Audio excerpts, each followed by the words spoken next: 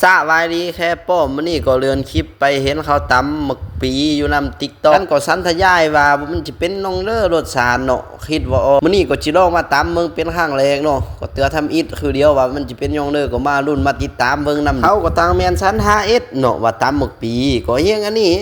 ตำมะกรวยก็ได้เล่ามาแล้วขั้นตอนแรกกันเห็นเขาเอ็ดเอาน้ำเชื่อซ้ำแล้วก็เอาเกลือมาเชื่อเพื่อว่าเพิ่มปีมันดำจากนั้นเขาก็นำมาฟักไอ้ย่องตำมะฮงนี่แหละฟักเป็นเส้นไว้เนาะฟักปุ๊บเป๊ะไปคือเดียวปีมันก็เป็นจ้านอยู่แล้วเขาก็ฟักง่ายลอกเนาะยานกันก็กินไปกินเบิ่งยานขีบออกเลยบ่แม่นเป็นเส้นไว้แต่ว่าก็เอาแก้เห็นได้เนาะตั้งกลมันบ่แม่นยังแรงปิ้งคิงอยู่มาเขาก็สิช่วยเอาตัวอันเค็มตั้งเต้งมันตั้งเตอมันแก้น่าจะแก้วไรในนึ่งขีเป็นเยอะฟากก็ปู้เข้ามาได้ค้างน้อยปีว่าอันปีอันนี้ก็ลาป้านี่เนาะหลังจากที่ว่ากันฟักแล้วเฮาก็สิมาตำคือเรียกกับตำมะฮงอะไรเนาะเสริมเอือดเสริมเตรียมแล้วก็เกลือเป็นเกลือเสื้อเป็นนัวกะปิมารุ่นมาเบิ่งไปนำเดียวว่ามันสิเป็นยงเด้อเนาะหลังจากนั้นก็บ่ยงบ่ยากเนาะเอาซากมาตำลงเด้อเนาะกันก็งามไปงามมากันก็บ่มีเบียกแต่ก็ลองเบิ่งเมนูนี้เนาะเขากินเด้อก็กินไว้เฮอเม็ดนั่นลองตำเฮอมันมุนๆนั่นเนาะนึงกันก็ยานอันน้ำเอื้อนนี่ดีสตาอะไรเสือว่าอะไรเรื่องแต่หลังจากที่ว่ากันตำล้อแรงแล้วเฮาก็เอามะขามเปียกเสือหรือว่ามะขามสุกกันเนาะลงไปตำเฮอมันชมๆนั่นแล้วก็เสือน้ำปลาแรกไป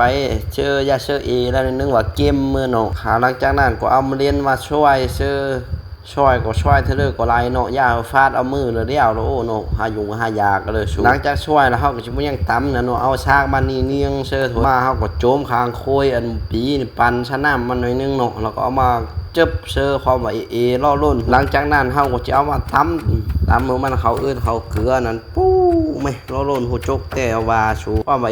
จ้องเด้อจังสิกินเม็ดเดี๋ยวเอามะนาวมาบีบเติมเนาะเฟิร์มความชมเพราะว่ามะขามมันมีแต่2ตอนเสือตัวนี้อีก1ยานมันผสมตำแล้วเฮาก็มาตักเสือแหลไปจิ้มน้ำเดียวเนาะมันสิเป็นยงเด้อชูรสชาติเรากินตำมักปีกล้วย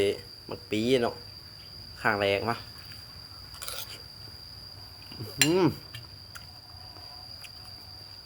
น้ำขามค่ายกับตำมะฮงเลยเนาะแต่ว่าบ่มีความพลาดคันเอากินนกปีนี่มันจะพลาดเนาะแต่ว่าตำเท่านี้เราบ่ยังพลาด